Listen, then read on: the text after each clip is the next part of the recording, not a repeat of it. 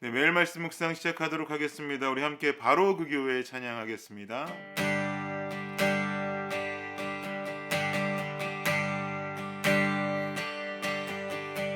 주님 지신 십자가,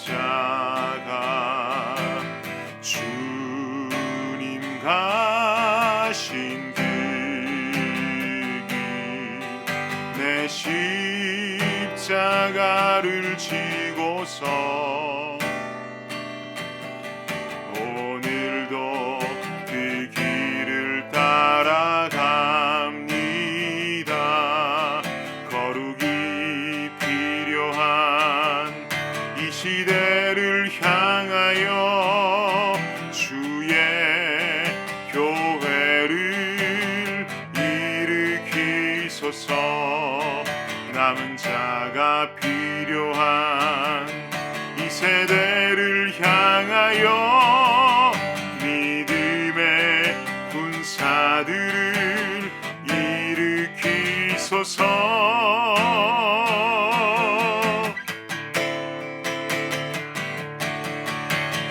일어나라, 맡겨진 사명 붙잡고 행진하라. 하나님 나라를 위해 예배의 감격으로 변화된 열방을 바라보며 꿈꾸는 바로 그 교회, 주의 교회 되게 하소서. 일어나라, 일어나라, 맡겨진 사명 붙잡고 행진하라. 하나님 나라를 위해 예배의 감격으로 변화된 열방을 바라보며 꿈꾸는 바로 그 교회, 주님의 교회 되게 하소서.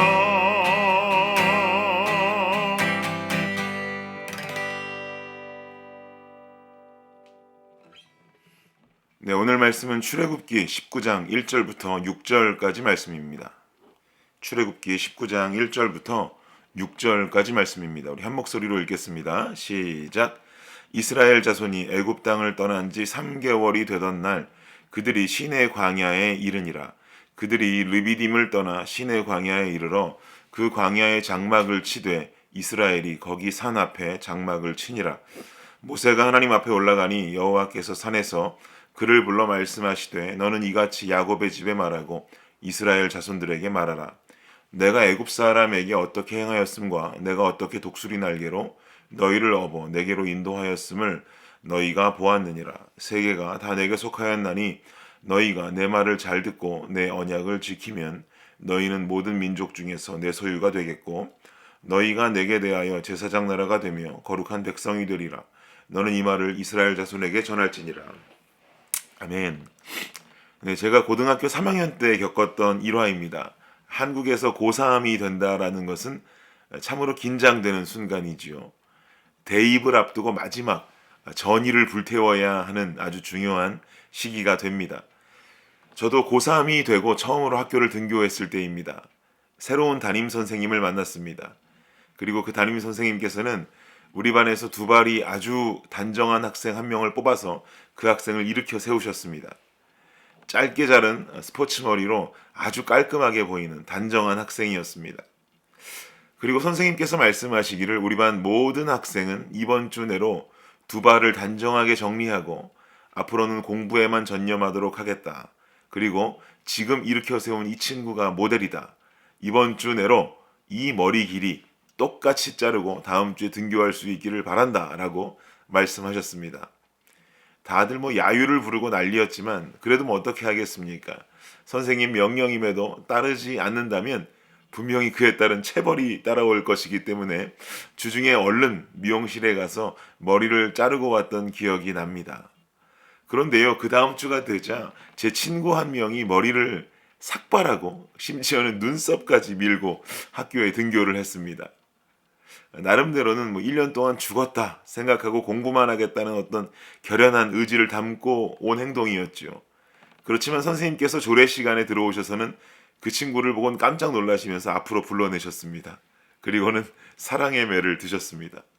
이유가 무엇일까요? 분명히 모델을 제시하고 머리를 자르고 오라고 했건만 이렇게 눈썹까지 밀고 온 것은 너는 나에 대한 반항이야 라고 말씀하셨습니다. 그리고는 막 매를 때리셨어요.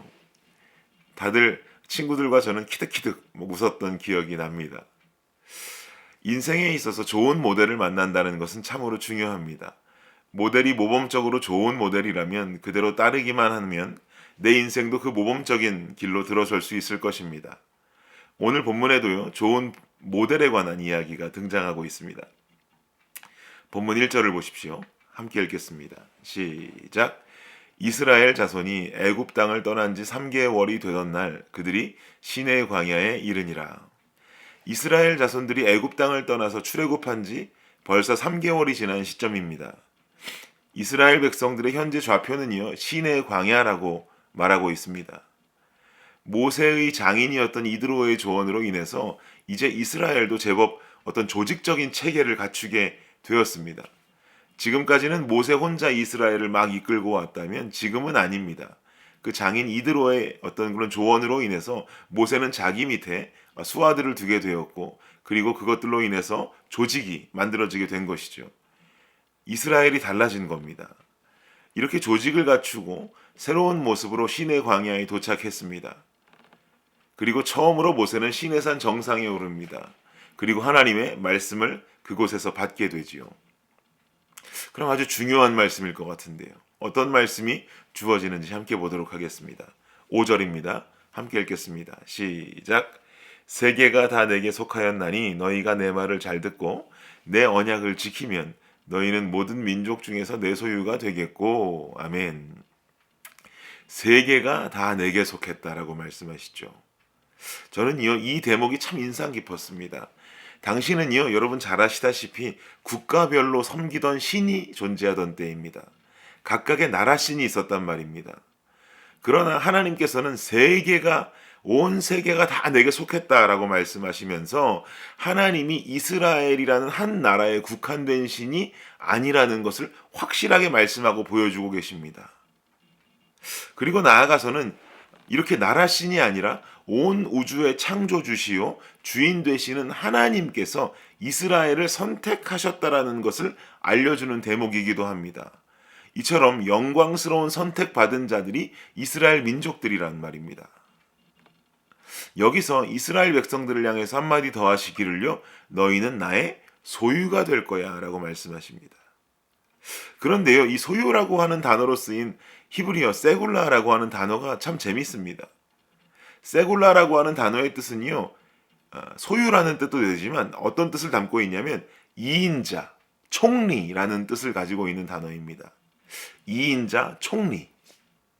즉 하나님께서 이스라엘을 얼만큼 사랑하셨느냐, 이스라엘 민족들을 하나님 나라의 이인자, 총리로 삼으실 만큼 사랑하셨다는 겁니다. 마치 요셉과도 같이 말이죠. 얼마나 감동적인 대목입니까? 그러면서 말씀하시기를 6절 보십시오. 6절에 보면 세굴라, 즉 2인자, 총리로 살아가기 위해서 갖추어야 할 중요한 덕목들이 설명되어져 있습니다. 6절 함께 읽겠습니다. 시작. 너희가 내게 대하여 제사장 나라가 되며 거룩한 백성이 되리라. 너는 이 말을 이스라엘 자손에게 전할지니라.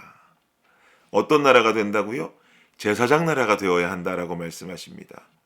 제사장이라는 어떤 직분은요, 하나님과 사람들 사이에서 사람들로 하여금 하나님께 더 가까이 나아가게 도와주고 그들로 하여금 하나님의 진리와 어떤 사랑과 정의, 또 은혜와 보호, 복주심을 누리도록 도와주는 역할을 하는 것이 바로 제사장의 역할입니다.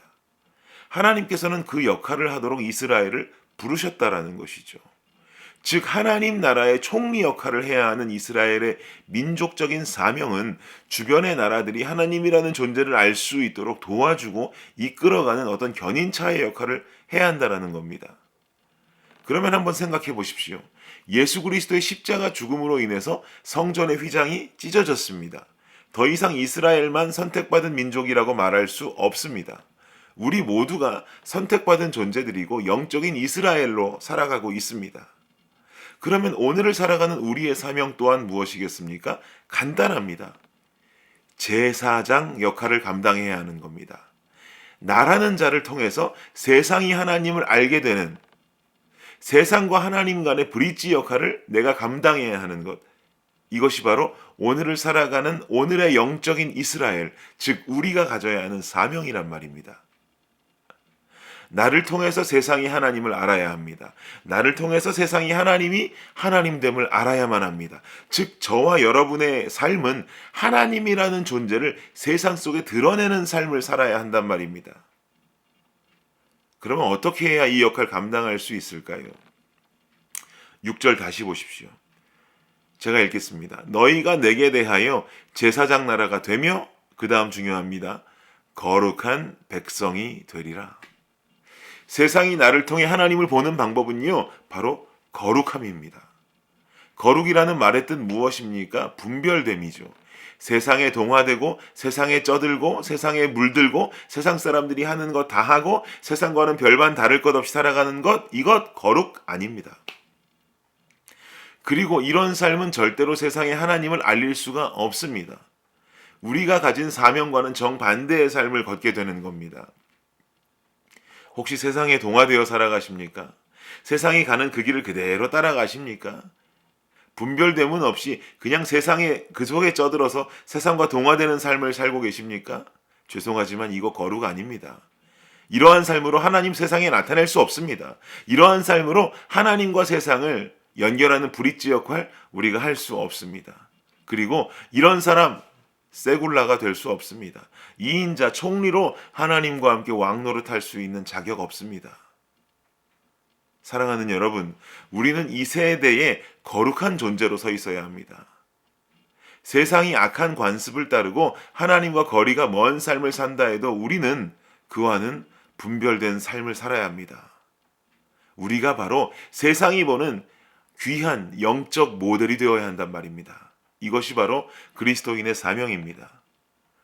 그런데요, 우리는 거룩한 삶에 대해서요, 잘 알고 있습니다. 알지 못하는 사람 없습니다. 신앙생활 한다면 거룩함이 무엇인지 잘 압니다. 알지 못해서 살지 못하는 것 절대 아닙니다. 잘 알고 있으나 살지를 못하는 것이죠. 무엇이 거룩이고 무엇이 분별인지 잘 안단 말입니다. 그런데 살지를 못합니다. 그러나 다시 한번 생각하고 결단하기 원하는 것은 거룩하게 살아간다라는 것은 우리의 소망이 아니고요. 우리에게 주어진 사명이라는 것을 반드시 인식해야 합니다. 그리고 우리는 이 거룩의 삶을 통해서 하나님께서 세우시는 세굴라가 될 수 있다라는 것. 그리고 이렇게 분별된 삶을 통해서 세상이 하나님을 알고 나아가 하나님을 믿게 되는 역사들이 일어날 수 있다라는 것을 반드시 기억해야 합니다. 사랑하는 여러분, 세상은 나를 통해 하나님을 만납니다. 그러나 나는 거룩하지 못한 삶을 살고 있어서 세상이 하나님을 보지 못한다면 이것이 얼마나 하나님 앞에 부끄럽고 죄된 모습입니까? 오늘 저와 여러분의 삶을 통해서 세상이 하나님을 만나기 원합니다.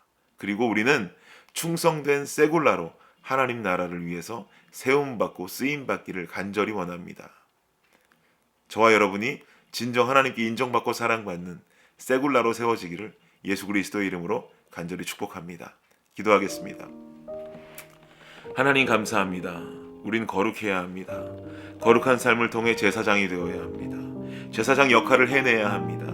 그리고 아직도 하나님을 모르는 세상이 우리를 통해 하나님을 만나고 보기를 원합니다. 그런 삶 살아갈 수 있는 오늘 하루에 거룩하고 분별된 삶 되게 하여 주시옵소서. 예수님 이름으로 기도드립니다. 아멘. 수요일 기도 제목으로 함께 기도하도록 하겠습니다. 구역장들을 위해서 구역원들을 잘 돌볼 수 있도록 섬김을 통해 은혜와 복을 받도록 기도해 주시기 바랍니다.